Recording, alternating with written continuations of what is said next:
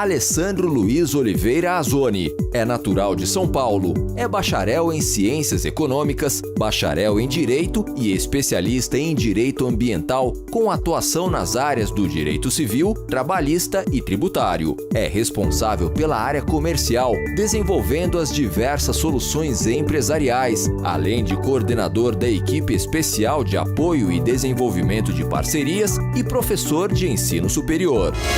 Muito boa noite, meu amigo, minha amiga. O nosso encontro de final de noite, programa Ponto de Equilíbrio.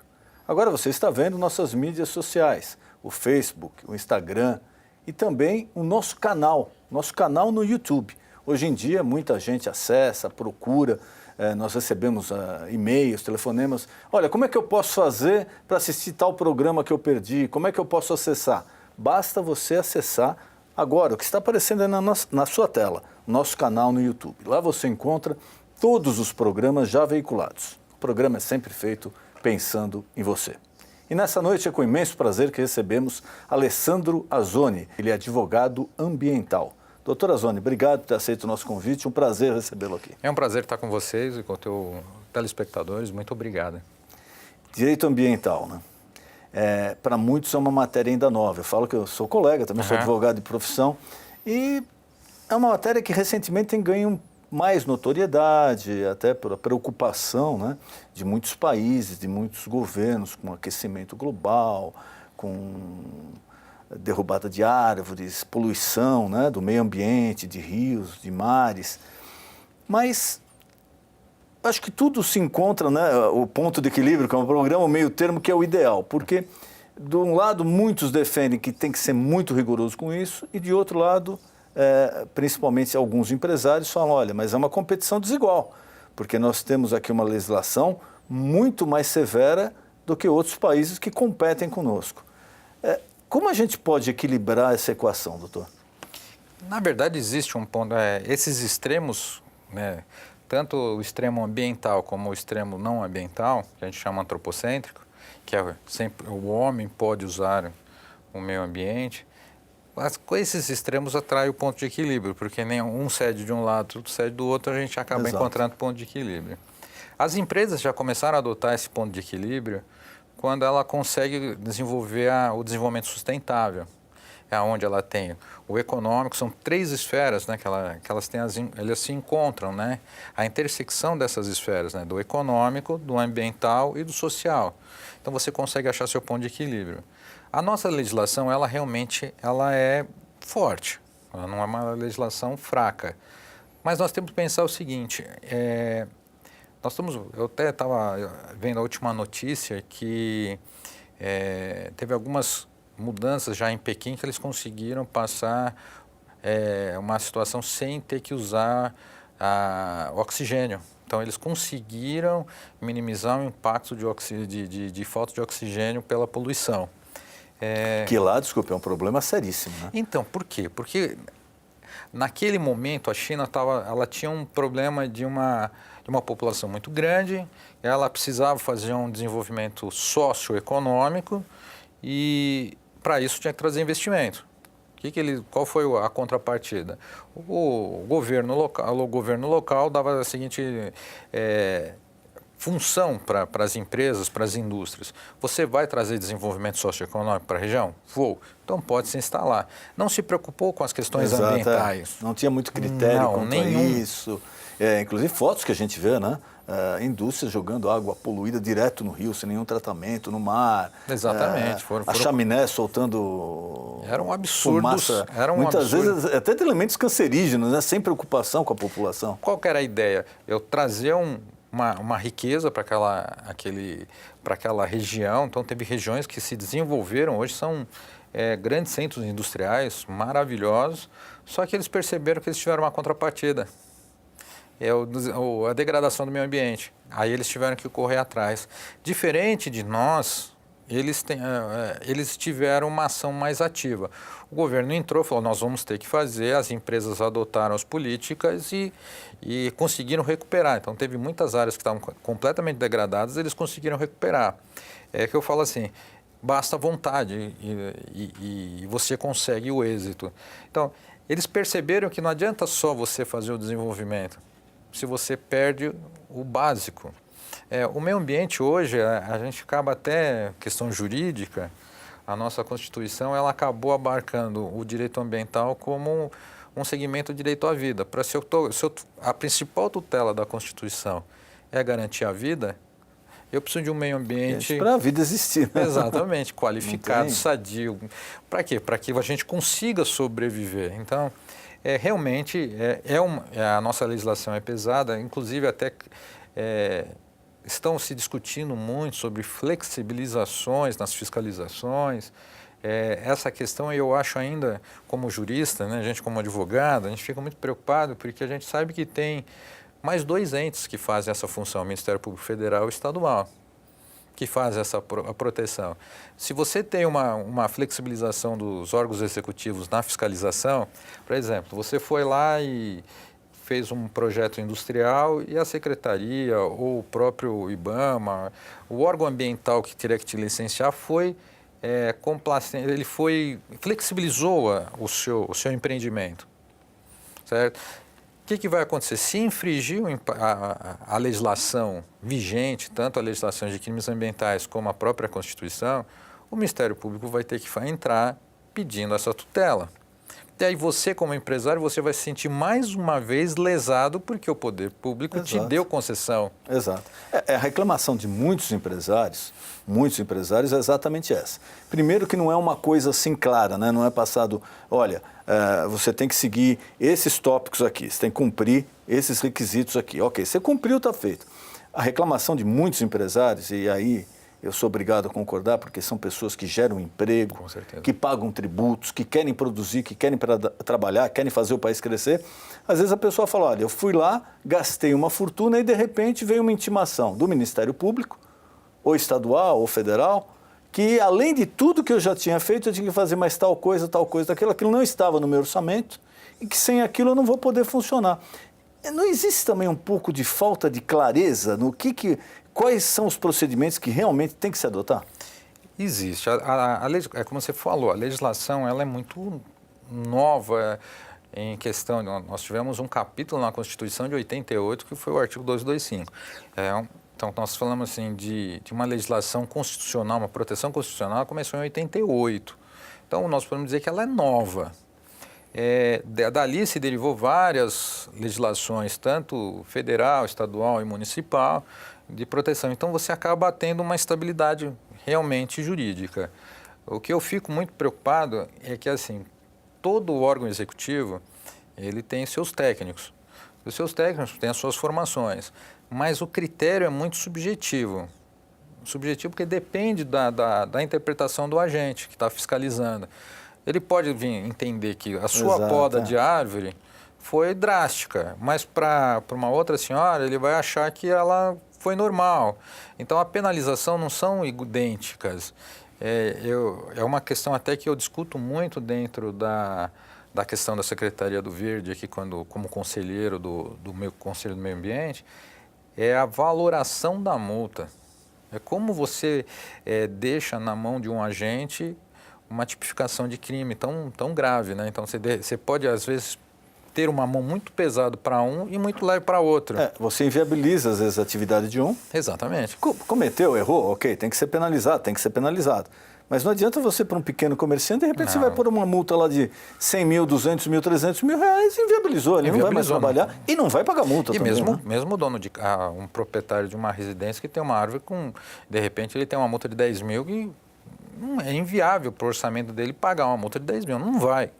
E o objeto da penalização ambiental, ela é mais educativa, para você ter a educação de não fazê-lo e saber respeitar. E quando você faz com intenção, que é o nosso dolo, aí você é penalizado. Mas quando você não tem essa intenção, não tem por que você ter uma mão tão pesada. E a mesma coisa, quando o industrial ou o comerciante vai fazer uma licença de funcionamento, uma licença de operação, o técnico que eu já tive várias situações que um técnico analisava de um jeito, o outro analisava de outro, o outro analisava do outro. O mesmo processo eu tive 3 interpretações. Então, na hora que você vai a campo, aí vem o Ministério Público e realmente autua. Por isso que eu estou falando que essas discussões no governo federal de flexibilizar a fiscalização do IBAMA junto com as secretarias de Estado, isso vai criar mais problema ainda, porque ela vai deixar passar situações. Exato. E o Ministério Público vem muito mais pesado. Vai vir pesado contra isso. Vai vir muito mais pesado. E aí você não tem nem aquele argumento, olha, mas eu cumpri, né? Não, mas isso é muito brando. Eu falo isso que eu participei de um processo que realmente me causou espécie. Aí eu tenho que dizer, realmente, eu fiquei imaginando, como é que uma pessoa que não tem recurso para um advogado ou para um acompanhamento processual vai sobreviver a isso? A pessoa foi lá, fez tudo que a prefeitura pediu, fez tudo que foi exigido. Aí veio o Ministério Público com uma outra exigência. Ele falou, tá bom, então olha, eu fazendo isso daqui, acabou, aí tá tudo ok. Mas qual foi a resposta para o meu espanto? Não, primeiro você faça isso, depois eu vou ver se tem mais alguma coisa. Quer dizer, aí você vive na corda bamba. Como é que você vai ter um orçamento para uma coisa que você vai gastar o que pode, o que não pode, depois vai... Não, mas olha, tem mais coisa. E na terceira reunião, eu falei, bom, mas então isso aqui encerra o assunto? Não, vai depender de uma outra vistoria. Quer dizer, aí é muito subjetivo, aí não dá para trabalhar. A subjetividade nesse setor é muito grande. Devia ser, apesar de tudo, devia ser objetivo o critério. Sim, não, sim, não, sim, não. Cometeu infração, sim. Foi culpa, não. Sim, foi, como foi, primário, secundário, sabe, para você poder quantificar uma multa, para você não penalizar. O governo do Estado, há um tempo atrás, já vem adotando uma outra política. Você, quando comete uma infração ambiental, a Polícia Ambiental ela vem e te notifica. Essa notificação você vai para o CFA, que é a parte de fiscalização ambiental da Secretaria de Estado do Meio Ambiente, e você tem um encontro ali, um atendimento ambiental, onde você vai levar a conhecimento do que foi ocorrido, se você houve intenção, se não houve. Você tem como fazer uma contraprova ali, né, para dizer que você não houve culpa. E, de repente, uma multa de 10 mil chega a ser anulada, ou você faz um termo de referência para justamente você não ter mais corrigir o problema. Então, às vezes, essa política eu acho que é interessante, porque você acaba fazendo uma questão mais educacional do que valorativa de questão financeira, arrecadatória. E qual a infração mais comum que se comete contra o crime ambiental? O que é mais comum? O que é a poda de ave, poluição? O que Não, é mais comum? A mais comum é supressão de áreas verdes. Tirar árvore, por exemplo, a situação de Serra do Mar, essas questões de Caraguá, Ubatuba... Ali o litoral norte inteiro. Né? Ali está um conflito agora, porque a prefeitura ela tem a capacidade de licenciar determinadas áreas e a CETESB entende que não, e aí você que está proprietário, você fica numa incógnita muito grande. E o que acontece? Quando você pega um terreno, lógico, você está numa vegetação típica de Serra do Mar, a gente sabe disso, de Mata Atlântica, a gente sabe disso, mas só que ela já está numa área urbana. Só que o técnico, muitas vezes, fala que aquele mato que está no seu terreno é uma área de recuperação média. Só que a prefeitura te vai lá e te autua porque você não limpa. Então aí você fica assim, é muito comum. Eu tiro o mato, mas aí se me tirar o mato, minha Polícia Ambiental me autua, mas eu não posso tirar. Então você fica numa situação em conflito. Então o mais comum é a pessoa comprar uma área, um condomínio fechado, começar a construir e esquecer de pedir uma autorização, porque tinha uma árvore, tinha algumas coisas. Então ela acaba fazendo uma construção, ela acaba removendo 2, 3 árvores e isso é uma infração ambiental. E hoje tem não precisa mais o técnico ir até lá. Você tem o Google. O Google ele vai... fotos com satélite ela vai... Existe uma linha do tempo, quando você coloca um determinado endereço, tem uma linha do tempo, tem 2019, 18, 17, então você vai regredindo e você vê o estado. Um exemplo que eu falo muito disso é você pegar na esquina lá da Avenida Paulista, olhando para aquele shopping Cidade de São Paulo, você voltar em 2010, quando era a casa dos Matarazzo. Família Matarazzo. Se você olhar as árvores que tem lá e andar, manter a câmera na mesma posição e andar no tempo, elas continuam no mesmo lugar. Não saiu nenhuma. Isso é possível ver? Desde quando mais ou menos tem isso? Depende assim. O Google ele passa O carro do Google vai passando, vai fotografando, e cada vez que ele vai fotografando, ele vai atualizando. Então, e ele mantém a série histórica. Então dá para se ver de anos atrás como era e como está agora. Dá. Às vezes, o que acontece? Numa determinada rua, se você andar um pouquinho mais, ele tem, aonde ele bateu a foto tem mais inserções. Se você ficar, então, às vezes, dá uma andadinha um pouquinho mais para frente, um pouquinho mais para trás, porque aí você consegue. De repente, tem um ponto que só tem uma foto. Mas se você for 1 metrinho mais para frente, 2 metrinhos mais para frente, você consegue ver. E aí o que acontece? Você tirou uma árvore, tirou alguma coisa, você pode ser autuado por uma questão de um Google. Então, o mais comum é uma retirada de uma árvore. Vem essa prova. Né? E até falando aí, o senhor comentou e é verdade. A árvore, a poda da árvore. Aqui em São Paulo, nesse verão, até agora parece que já 740 ou 780 árvores caíram. E provocando danos enormes, né? Patrimoniais, chegou até a matar pessoas, etc. E uma reclamação que o pessoal fala é isso: olha, eu tenho medo, eu não posso mais podar a árvore, porque a prefeitura me multa, o Ministério Público me multa. Então, eu já cheguei a presenciar aqui em ruas, o pessoal pendurou uma bandeirinha na árvore escrito "Estou caindo". Então, da rua você vê uma árvore com a bandeira escrita ali "Estou caindo". Qual o procedimento correto aí para a pessoa que está se sentindo ameaçada por essa árvore que está para cair? Ela já pediu providência da prefeitura, ninguém tomou, já ligou para o corpo de bombeiro, ninguém tomou. O que é melhor essa pessoa fazer? O mais rápido é o bombeiro. O bombeiro realmente ele é o único que pode tirar uma árvore sem qualquer... Bastou ele ter a certeza do risco, ele faz a remoção dela automática. Mas ele tem que ter a certeza de que ela está em risco iminente de queda. O bombeiro é o único que ele pode cortar a árvore sem ter qualquer infração ambiental, porque ele tem que preservar a vida, ele tem que fazer esse... Ele é o mais... numa situação de emergência, que você vê que a árvore realmente está com risco iminente, o bombeiro vai lá e retira. Tá? Então, a melhor opção seria, se você já tentou a prefeitura, não conseguiu, e realmente a árvore pode causar um risco à sua vida, ao seu patrimônio, então ligue diretamente aos bombeiros, eles vão avaliar, né? Vão passar lá, vão avaliar, se é isso mesmo, se for o caso, vão proceder ao corte ou à poda da árvore. Quando eles percebem que o risco é iminente de queda, eles retiram justamente para evitar um risco futuro. É o caminho mais rápido. Por que demora tanto na prefeitura? Porque, assim, os prefeitos regionais é que abrem um processo, cada vez que você liga para a prefeitura para pedir, abre-se um processo e o prefeito regional é responsável por aquela retirada. Então, se o Ministério Público um dia questionar a autorização, quem responde é o prefeito regional. Aí, realmente... Aí o que acontece? O processo tem que ter provas. Então, ele quer seguir todo o protocolo para não correr risco. Exatamente, ele não vai ser penalizado. Então, o que acontece? Vai o agrônomo, analisa, vai o segundo agrônomo, fazem pareceres, eles estudam, não tem, o risco tem que ser muito iminente, e é por isso que o processo demora, porque você imagina o número de árvores que nós temos e o número de agentes que nós temos também, então diminuiu muito. Então, o processo é lento, porque você tem que ter um risco judicial também de você retirar uma árvore e correr o risco, o próprio prefeito regional. Mas tem uma situação que é o seguinte: você pode fazer a poda da sua árvore? Pode. Você pode, desde que você não tire mais do que 25% da copa da árvore.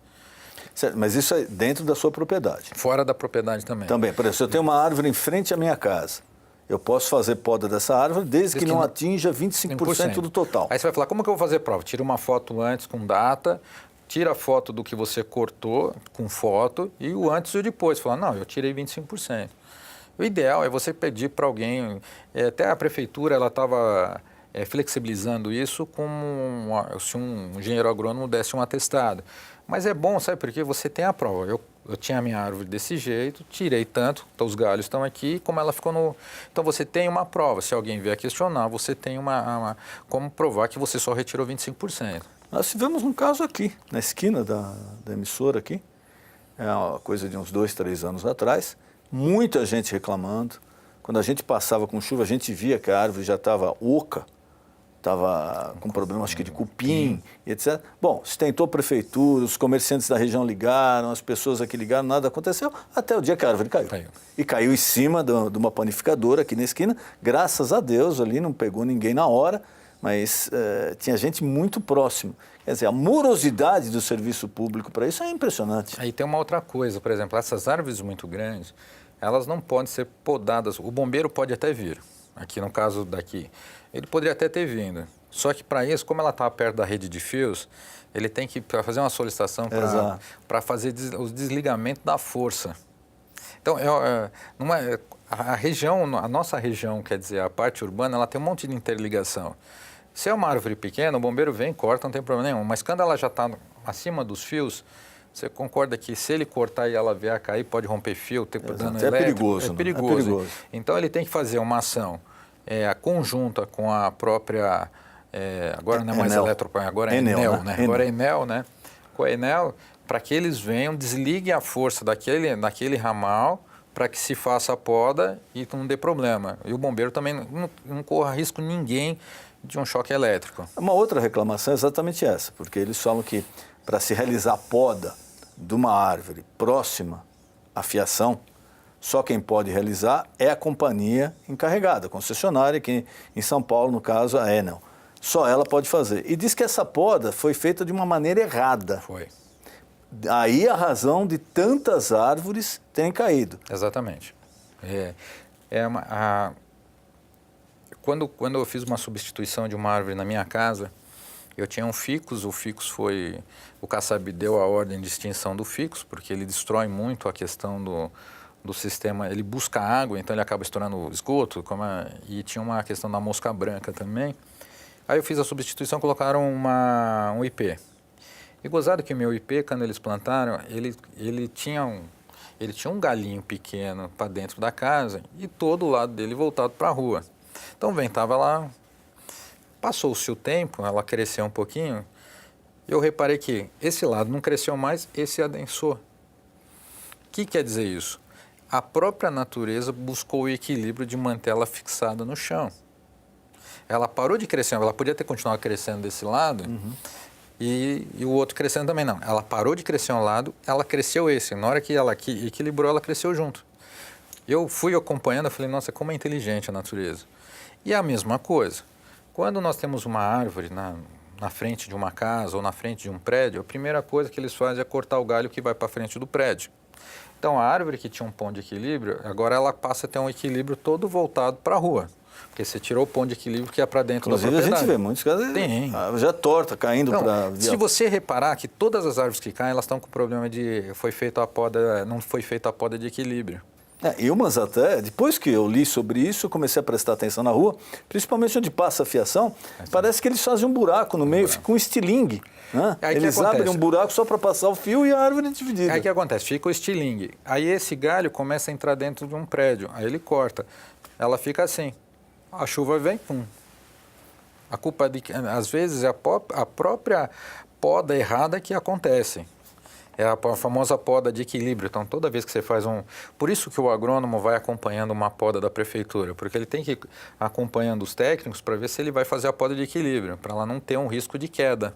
Então, você tem que fazer ela todinha para que ela não fique tendenciosa. Mas se você reparar, as grandes árvores hoje, a grande parte dela está cortada, que vai para dentro das propriedades, ela está com um corte já numa das laterais que evita da entrada do galho para os prédios, para as áreas da casa. Eu acho que o que gera mais reclamação, né? Exatamente. Então ela fica voltada da calçada para a rua. Aí vem a Enel e corta o meio para proteger os fios. A tendência é que os galhos maiores fiquem voltados para a rua. É uma questão de gravidade. O vento vem, puxa ela para onde? Para o lado mais fraco. Ela vai ter todo o lado dela jogado e ela acaba rompendo a raiz. E a segunda modalidade que causa mais problema? Resíduos, depósito de resíduos sólidos, a pessoa descartando de forma irregular. Isso é um absurdo, né? O que a gente vê aí nós tivemos infelizmente agora, né? Recentemente aqui na cidade de São Paulo, um caos aí, né? De 9 horas de chuva, mas o que a gente viu, né?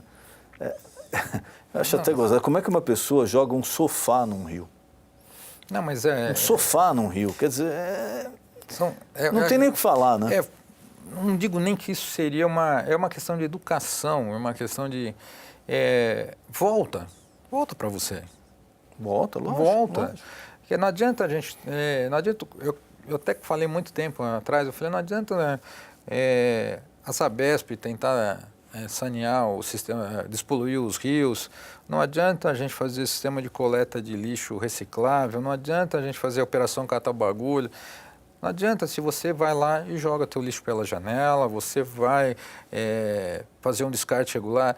A pessoa, o que mais tem na cidade de São Paulo hoje, por exemplo, e eu acho que a maioria das cidades, é a pessoa que contrata uma pessoa para levar um entulho e joga no meio da rua. Exato. Joga literalmente no meio da rua. Tirou da frente da pessoa, ela não quer mais saber.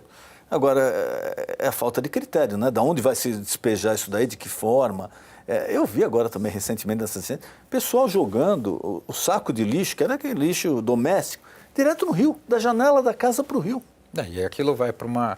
O rio vai ter as comportas, vão ter as manilhas e vão entupindo, aí alaga e vai falar que a culpa é sempre do governo. Então, cada um fazer sua parte. Lógico, o governo precisa investir? Lógico. Precisa. Lógico. Investiu menos do que devia? Muito menos, está aí provado o número. E isso não é da administração de agora, já vem de muitas administrações.